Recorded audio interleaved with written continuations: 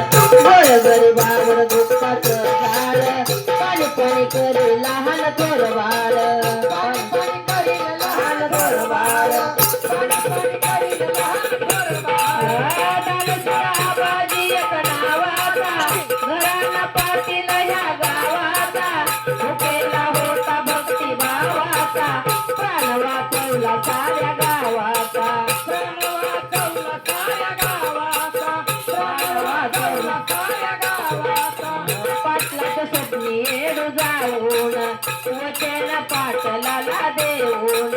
दरवर्षी मी वाड्या येऊन मालपण तुझा जाईल घेऊन